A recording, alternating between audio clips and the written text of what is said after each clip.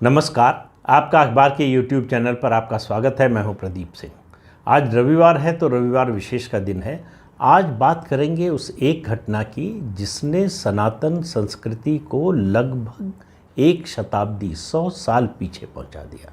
इतना बड़ा आघात है वो कि अभी तक हम उससे पूरी तरह से उबर नहीं पाए हैं। उबरने की कोशिश हो रही है और उस घटना को सही संदर्भ में देखा नहीं गया और देखने भी नहीं दिया गया। उस घटना का लाभ उठाया सनातन संस्कृति के विरोधियों ने और सनातन संस्कृति यानी हिंदू धर्म को दबाने का, हिंदू धर्म को एक उसका विद्रूप रूप में पेश करने का काम हुआ और लगातार चला। जी हाँ, मैं घटना की बात कर रहा हूँ 30 जनवरी 1949 की, जब महात्मा गांधी की हत्या हुई। नाथूराम गोडसे ने हत्या की।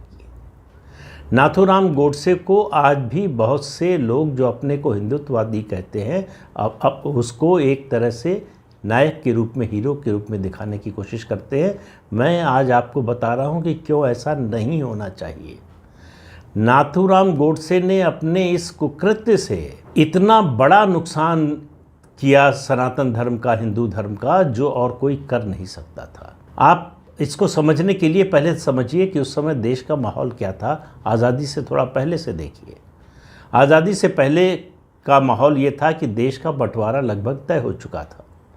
ये तय हो चुका था कि धर्म के आधार पर इस देश से निकालकर एक और देश बनाया जाएगा जिसका नाम पाकिस्तान होगा। और इसलिए वो देश बन रहा था कि मुसलमानों ने कहा कि हम हिंदुओं के साथ रह नहीं सकते, रहना नहीं चाहते, हमको अपना अलग देश चाहिए। और इसके लिए ब्रिटिश पहले से तैयार थे और कांग्रेस पार्टी भी मान गई। उससे लगा, उस समय जो नेतृत्व था उसको लगा कि इसके अलावा कोई चारा नहीं है, अन्यथा जो है आज़ादी की तारीख और टलती जाएगी। बहुत से लोगों को लगा कि इससे समस्या का हल हो जाएगा, जो सांप्रदायिकता की समस्या है वो शायद हमेशा के लिए ख़त्म हो जाएगी। लेकिन ऐसा न होना था और न हुआ। क्यों नहीं हुआ, उसके लिए बहुत से लोगों की बहुत सी बातें हैं, उन सब में नहीं जाऊंगा। सिर्फ एक व्यक्ति की बात करूंगा, इस देश के संविधान के निर्माता डॉक्टर भीमराव अंबेडकर की। उन्होंने आज़ादी से पहले जब पाकिस्तान बन रहा था और तय हो गया कि बन रहा है और उसको कोई रोका नहीं जा सकता, तो उन्होंने जो बात कही थी वो आज भी उतनी ही आपको प्रासंगिक लगेगी। उन्होंने कहा, अल्पसंख्यक समस्या का एकमात्र समाधान है आबादी की अदला बदली। जब तक ये नहीं होता तब तक अल्पसंख्यक बनाम बहुसंख्यक की समस्या भारत में बनी रहेगी। सांप्रदायिक शांति के लिए एकमात्र उपाय है मुसलमानों को, सभी मुसलमानों को पाकिस्तान भेजना। ये किसी छोटे मोटे नेता का, किसी सांप्रदायिक व्यक्ति का, किसी हिंदूवादी संगठन का बयान नहीं है। ये देश के जाने माने संविधान विशेषज्ञ जिसने इस देश का संविधान बनाया, लिखा, उसकी कही हुई बात है। उसको नहीं माना गया। इस बयान के या इस विचार के समर्थक सरदार पटेल भी थे। कांग्रेस में बहुत सारे नेता थे। देखिए, कांग्रेस पार्टी कोई राजनीतिक दल नहीं थी आज़ादी के आंदोलन के दौरान। वो एक मंच था जिस पर सभी विचारधारा के लोगों के लिए जगह थी। सभी विचारधारा के लोग उससे जुड़े हुए थे, इसलिए कि वो किसी राजनीतिक दल का प्रतिनिधित्व नहीं करती थी। वो विभिन्न वैचारिक समूहों का प्रतिनिधित्व करती थी जो मिलकर देश को आज़ाद कराना चाहते थे। तो इसलिए उसमें जो है वो मध्यमार्गी भी थे, दक्षिणपंथी भी थे, वामपंथी भी थे और दूसरी विचारधाराओं के लोग भी थे। सबका मिला जुला समूह था। लेकिन आज़ादी के बाद जब वो राजनीतिक दल बना तब उसके सामने बड़ी समस्या थी। देश में जो माहौल था बंटवारे के बाद, जिस तरह से दंगे में लाखों लोग मारे गए, जो आज विभाजन विभीषिका दिवस मनाने की बात पिछले साल प्रधानमंत्री ने की है, अगर ये 1947 के बाद से ही मनाया जाता तो देश का माहौल अलग होता।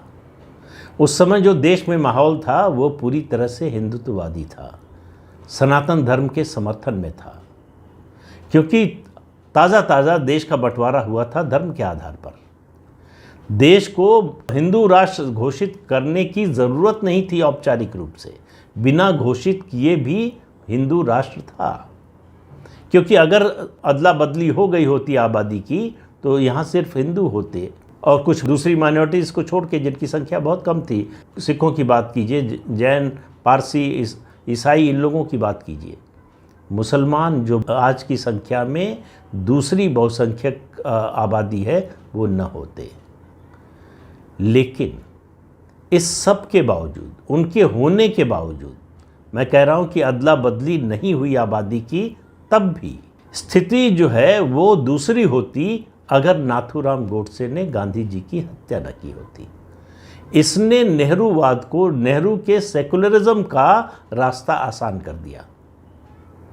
जैसे ही हत्या हुई गांधी जी की, सबसे पहला हमला शुरू हुआ पुणे और मुंबई में, उस समय का बम्बई, वहाँ पर चित्पावन ब्राह्मणों के ऊपर जो अनुमान है 6 से 8 हज़ार ब्राह्मण मारे गए महाराष्ट्र में, और ये तांडव हिंसा का 1 हफ्ते तक चला। इस पर चित्पावन ब्राह्मणों की हत्या पर जो है, गांधी की हत्या के बाद जो हुआ, उस पर मैंने एक वीडियो बनाया था, शायद आप लोगों ने देखा होगा। जिन्होंने नहीं देखा है उनको डिस्क्रिप्शन में वो वीडियो मैं फिर से डाल दूंगा। और आप देखिए कि उसकी खबर जो न्यूयॉर्क टाइम्स में छपी लीड के रूप में, बॉम्बे में 15 लोग मारे गए, एक हिंदू ने गांधी जी की हत्या कर दी, ये खबर छपी। 7 दिन तक महाराष्ट्र में ये होता रहा। वोटर लिस्ट लेकर खोज कर मारा गया, पहले गोडसे सरनेम वालों को, फिर जो चित्पावन ब्राह्मण थे, फिर सामान्य ब्राह्मण, दूसरे ब्राह्मण जो समुदाय के लोग थे, उनको मारा गया। किसी नेता का, कांग्रेस के बड़े नेता का आप इसके खिलाफ बयान नहीं सुनेंगे, न सुना होगा, न देखा होगा, न पढ़ा होगा। इस पर खबरें नहीं छपने दी गई, इसको पूरी तरह से दबा दिया गया इन खबरों को। अब जाकर 75 साल बाद उस पर जो है शोध होने जा रहा है। विक्रम संपत सहित कई लोग उस पर शोध करने जा रहे हैं। उसकी जो खबरें हैं उस समय की, उनको निकाल कर जो है लोगों के सामने लाने की कोशिश हो रही है। पहला काम ये हुआ। दूसरा हमला हुआ हिंदू महासभा पर, इस नाम पर कि गोडसे का संबंध हिंदू महासभा और आरएसएस दोनों से था, दोनों से जोड़ा गया और हिंदू महासभा पर प्रतिबंध लगाया गया। उनके दफ्तर सील कर दिए गए, आरएसएस के दफ्तर सील हुए, प्रतिबंध लगा, लिटरेचर नष्ट कर दिया गया, उनके पदाधिकारियों को जेलों में ठूंस दिया गया। और ये सिलसिला 1 साल से ज़्यादा समय तक चलता रहा, जब तक प्रतिबंध हटा नहीं आरएसएस से। उसके बाद हिंदू महासभा सरवाइव नहीं कर पाई। बहुत बड़ा हिंदू संगठन था, हिंदुओं के सामाजिक सुधार का बड़ा संगठन था हिंदू महासभा, जिसको ख़त्म कर दिया गया कुछ सालों में आज़ादी के बाद, क्योंकि सेकुलरिज्म की राजनीति को आगे बढ़ाना था, उसका मार्ग निष्कंटक करना था। आरएसएस सरवाइव कर पाया इसलिए कि आरएसएस को समझ में आ गया कि पॉलिटिकल पार्टी की ज़रूरत है। ये गैर राजनीतिक संगठन होकर जो है सरवाइव नहीं कर सकते। तो आरएसएस ने 1951, 1949, 1951, 1951, 1949, 1951 में जनसंघ का गठन किया, राजनीतिक दल बनाया। और इस आरोप को, और इस आरोप के साथ आरएसएस आज भी काम कर रहा है कि संघी होना सांप्रदायिकता का प्रमाण बता दिया गया और संघी को हिंदुत्व का पर्यायवाची बना दिया गया। तो संघी हैं तो आप हिंदुत्ववादी हैं, हिंदुत्ववादी हैं तो आप सांप्रदायिक हैं, सांप्रदायिक हैं आप तो सेकुलरिज्म की राजनीति के खिलाफ हैं, सेकुलरिज्म के सिद्धांत के खिलाफ हैं, और सेकुलरिज्म के सिद्धांत के खिलाफ हैं तो आप देश के खिलाफ हैं। ये नैरेटिव बनाया गया और इसको स्थापित कर दिया गया। संघी होना यानी हिंदू होना एक तरह से गाली बना दिया गया। और मुझे लगता है कि अब पीछे मुड़कर देखें तो शायद लगता है जो ये काम उन्होंने संघ को ख़त्म करने के लिए किया, हिंदुत्व को कुचलने के लिए किया, वो आज एक तरह से ताकत के रूप में सामने आया कि आरएसएस को, राष्ट्रीय स्वयंसेवक संघ को अपने हिंदुत्ववादी होने का कोई प्रमाण नहीं देना है, कुछ साबित नहीं करना है, कुछ स्थापित नहीं करना है। उनकी वो पहचान उनके विरोधियों ने बना दी और उनको असली हिंदुत्ववादी बना दिया है। ये वो नकली हिंदुत्ववादी नहीं। जो हिंदू तब बनते हैं, मैं बार बार इस बात को कहता हूँ, जब हिंदुत्व को गाली देना होता है। लेकिन डर आरएसएस के मन में भी था, जो प्रतिबंध लगा उसके कारण। उसके बहुत से परिणाम हुए। आरएसएस भी बीच बीच में सेकुलर लाइन लेने की कोशिश करता रहा, इस भय से, इस आशंका से कि फिर प्रतिबंध लग सकता है, फिर कोई बड़ी घटना होगी, उसके लिए हमें जिम्मेदार ठहराया जा सकता है। तो हिंदुत्व का जो माहौल बना था आज़ादी के समय, उसको पूरी तरह से ख़त्म कर दिया गया। तो कांग्रेस पार्टी में बड़ी संख्या में, खास तौर से जो उनकी टॉप लीडरशिप थी, उसमें भी हिंदुत्व विचारधारा के समर्थक, उसके साथ चलने वाले, उसको सही मानने वाले, सांस्कृतिक राष्ट्रवाद का समर्थन करने वाले लोग थे। वो सब चुप हो गए, कुछ चुप करा दिए गए। उनके लिए आगे की राजनीति मुश्किल हो गई। जो इसमें एडजस्ट नहीं हो पाए कांग्रेस से बाहर निकल गए। फिर भी उनको जन समर्थन नहीं मिला। हिंदुत्ववादी होने का मतलब हो गया कि आप आरएसएस के समर्थक हैं, हिंदू महासभा के समर्थक हैं, और एक हज़ारों साल पुरानी सभ्यता को, संस्कृति को जिम्मेदार ठहरा दिया गया कि ये हत्यारी संस्कृति है। कहा गया कि हिंदू विचारधारा के कारण गांधी जी की हत्या हुई। जो लोग दिन रात आज तक कहते हैं कि आतंकवादी या अपराधी का कोई धर्म नहीं होता, उन्होंने गोडसे में अपराध और आतंकवाद की जाति भी खोज ली, क्योंकि एजेंडा दूसरा था। उस एजेंडे पर चलना था कि हिंदुत्व की राजनीति, हिंदुत्व की मानसिकता, सनातन धर्म, सांस्कृतिक राष्ट्रवाद, इसकी जो अवधारणा है, ये देश में स्थापित ना होने पाए। एक आयातित विचारधारा सेकुलरिज्म की, उसकी स्थापना करनी थी, क्योंकि नेहरू जी को वही सुहाता था, क्योंकि नेहरू जी उसी संस्कृति में पले बढ़े थे।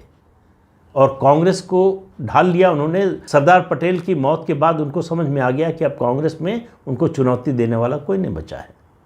जो थोड़े बहुत लोग थे उनको भी किनारे लगा दिया गया।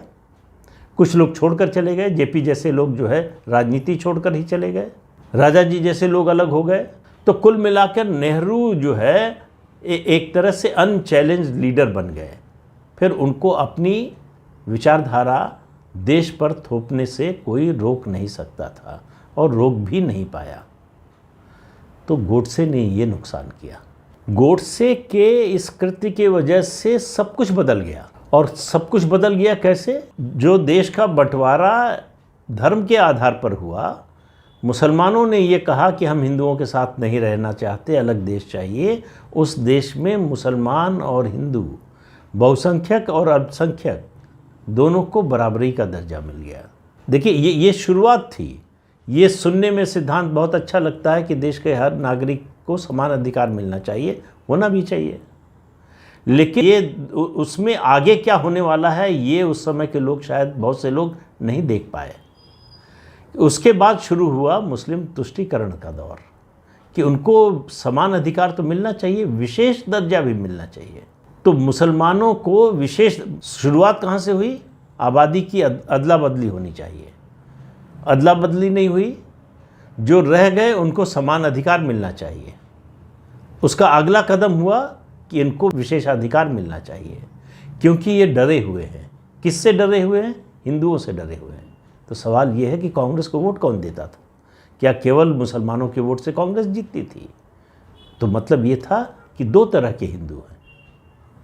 एक जो सेकुलरवाद को मानते हैं और हिंदू धर्म को गाली देते हैं और कांग्रेस का समर्थन करते हैं, और दूसरे जो सेकुलरवाद को नहीं मानते, जो हिंदू धर्म को गाली देने के लिए तैयार नहीं हैं, वो सांप्रदायिक हैं, वो देश को तोड़ने वाले हैं, समाज में जहर फैलाने वाले हैं।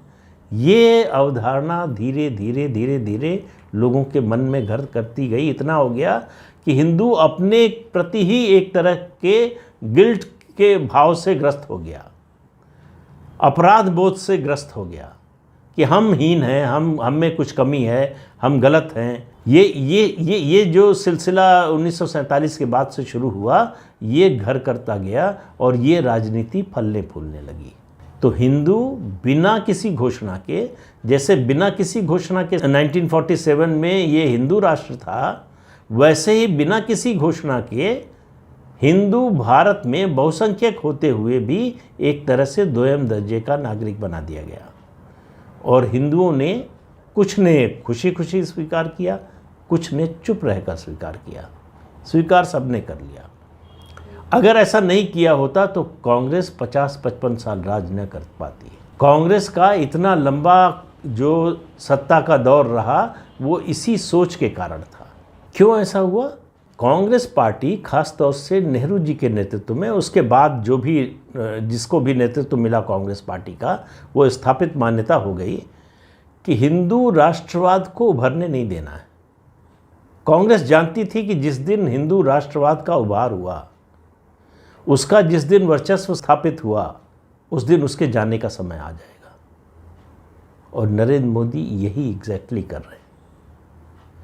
हिंदू राष्ट्रवाद के उभार को, उसको स्थापित करने की, ये जो हीन भावना हमारे मन में भर गई थी, उसको निकालने का काम कर रहे हैं। यहाँ कोई हिंदू मुसलमान का झगड़े का मामला नहीं है। मैं बार बार अपने हर वीडियो में कहता हूँ, आज भी कह रहा हूँ कि हिंदू मुसलमानों के झगड़े का कोई मामला नहीं है। मामला है कि जो हज़ारों साल, दसियों हज़ार साल पुरानी संस्कृति है, उसके गौरव की पुनर्स्थापना हो। ये बड़ी लकीर खींचने की कोशिश है, किसी पहले से खींची हुई लकीर को छोटा करने की कोशिश नहीं है, उसको मिटाने की कोशिश नहीं है। लकीर को बड़ा करने की कोशिश है, जो पिछले 8 साल से हो रहा है और उसका नतीजा दिखाई देने लगा है। जैसे जैसे ये लकीर बढ़ रही है, वैसे वैसे कांग्रेस का पतन हो रहा है। इनमें सीधा संबंध है दोनों में। ये लकीर जैसे जैसे बढ़ेगी, वैसे वैसे कांग्रेस का पतन होगा, और हो भी रहा है। कांग्रेस की समस्या यही थी। कांग्रेस को ये पता था, कांग्रेसियों को ये पता था कि जिस दिन हिंदुत्व का उभार होगा, वो समय उनकी विदाई का समय होगा। इसलिए आप कांग्रेस की पूरी राजनीति और कांग्रेस का समर्थन करने वालों की, जो भी सेकुलरवाद की राजनीति करते हैं, धर्मनिरपेक्षता की राजनीति करते हैं, उन सबको देख लीजिए। वो किस बात से डरे हुए थे कि हिंदुओं की कोई राजनीतिक पहचान न बनने पाए। हमेशा कोशिश हुई कि इसको तोड़ने के लिए जाति को लाओ। हिंदुत्व बुरा है, जातिवाद अच्छा है। क्यों? क्योंकि ये हिंदुत्व को कमज़ोर करता है। तो कांग्रेस के बाद जितने क्षेत्रीय दल बने, जितनी रीजनल पार्टीज बनी, सबका आधार जातिवाद था। परिवारवाद उसके बाद आया, पहले जातिवाद से शुरू हुआ। जाति में सेकुलरिज्म था और हिंदुत्व में कम्युनलिज्म है, ये समझाया गया। तो कहा गया कि आप तय कर लीजिए कि आप सेकुलर रहना चाहते हैं या कम्युनल रहना चाहते हैं। तो जिन्होंने जाति की राजनीति की, उनको नायक बताया गया। जिन्होंने हिंदुत्व की राजनीति की, उनको खलनायक बताया गया। और ये खेल 75 साल से चल रहा था। मोदी ने आकर इस खेल को बिगाड़ दिया। मोदी ने कहा कि हम दोनों पाले में खेलेंगे। तो उन्होंने जाति को तोड़ने की बजाय जाति को जोड़ा, और मैंने जो पिछले वीडियो में कहा कि एक नया बहुजन समाज बना दिया। नया बहुजन समाज बनाकर जिसमें सबके लिए सह अस्तित्व की गुंजाइश है, कोई झगड़ा नहीं है। यहाँ सवर्ण भी है, यहाँ पिछड़ा भी है, यहाँ दलित भी है, यहाँ जनजाति भी है, सब हैं और सबके लिए गुंजाइश है, सब बढ़ने की, विकसित होने की। और उसके साथ साथ हिंदुत्व है। जो मैंने पिछले वीडियो में बात कही थी कि ये समझ में मोदी को आ गया था कि हिंदुत्व प्लस से, हिंदुत्व में और कुछ जोड़ने से ही बात बनेगी, अकेले हिंदुत्व से नहीं बनेगी। और दूसरी बात जो कही थी वो ये कि खालिस हिंदुत्व, ये नकली हिंदुत्व नहीं चलेगा कि जब हिंदू धर्म को गाली देना हो तो आप हिंदुत्ववादी बन जाएं और नहीं तो फिर सेकुलर हैं। तो कांग्रेस को हमेशा डर रहा कि ये राजनीतिक पहचान न बनने पाए, इसीलिए सैफरन टेररिज्म का सवाल आया। इसीलिए जो दंगों को लेकर जो है एक विधेयक लाने की कोशिश हुई मनमोहन सिंह की सरकार के समय में, तरह तरह की कोशिशें हुई। आज़ादी के बाद भी, मतलब गांधी जी की हत्या के बाद संघ पर प्रतिबंध लगा था, उसके बाद 2 बार और लगाया गया प्रतिबंध। और जितनी बार प्रतिबंध लगा, आरएसएस उसके बाद उससे ज़्यादा मजबूत होकर उभरा। जिस विचारधारा को कोशिश की कांग्रेस पार्टी ने 50, 60, 65 साल तक कि इसको देश के लोग रिजेक्ट कर दें, उसको देश के लोगों ने सर माथे पर बिठा लिया है। ये इस बात का प्रमाण है कि आप वास्तविकता को बहुत देर तक छिपा कर नहीं रख सकते। जो प्राकृतिक है, नेचुरल है, वो उभर कर आएगा ही।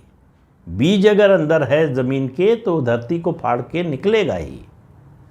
तो वही हिंदुत्व का बीज जो धरती में दबा हुआ था 50, 60, 65 साल से, वो धरती को फाड़ कर निकल रहा है। उससे बहुत से लोगों को समस्या हो रही है। आने वाले दिनों में और ज़्यादा समस्या होगी। समस्या इसलिए नहीं होगी कि हिंदू कुछ जो है बहुत आक्रामक होने जा रहा है या हिंदू जो है बाकी लोगों को दबा कर रखने जा रहा है, ऐसा कुछ होने नहीं जा रहा है। समस्या इसलिए हो रही है कि उन्होंने जो झूठ का साम्राज्य खड़ा किया था, जो महल बनाया था, वो रेत के महल की तरह भरभरा कर गिर रहा है और उसको बचाने का उनके पास कोई रास्ता नहीं। अब तो उनको अपने बचने का रास्ता नहीं है। अपने बचने से मतलब मेरा राजनीतिक रूप से, वैचारिक रूप से उनके अस्तित्व का सवाल आ गया है। कोई उनके खिलाफ कुछ नहीं कर रहा, केवल अपनी ताकत बढ़ाने की कोशिश हो रही है। जो स्वाभाविक है उसी को स्थापित करने की कोशिश हो रही है। भारत का जो मूल स्वभाव है, मूल चरित्र है, उसकी स्थापना की कोशिश हो रही है। उससे परेशानी हो रही है। तो एक बात फिर सोचिएगा, अगर आप गोडसे का समर्थन करते हैं तो आप कितनी बड़ी भूल कर रहे हैं।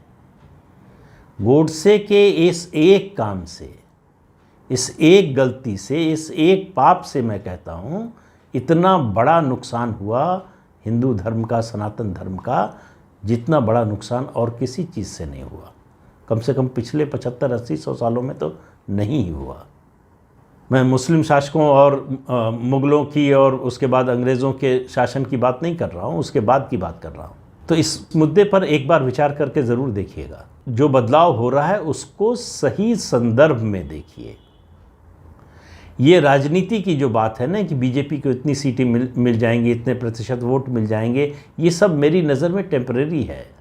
ये हो ना हो, लेकिन जो सामाजिक स्तर पर, सांस्कृतिक स्तर पर बदलाव हो रहा है वो स्थायी है, वो देश के साथ रहेगा।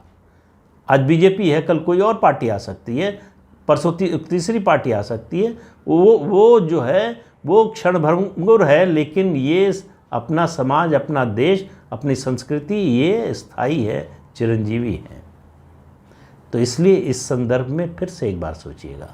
तो आज के अंक में इतना ही। अगले अंक में फिर मिलेंगे किसी नए मुद्दे के साथ। तब तक के लिए इजाज़त दीजिए। आपसे अनुरोध है कि ये चैनल देखिए, शेयर कीजिए, लाइक कीजिए और सब्सक्राइब ज़रूर कीजिए। नमस्कार।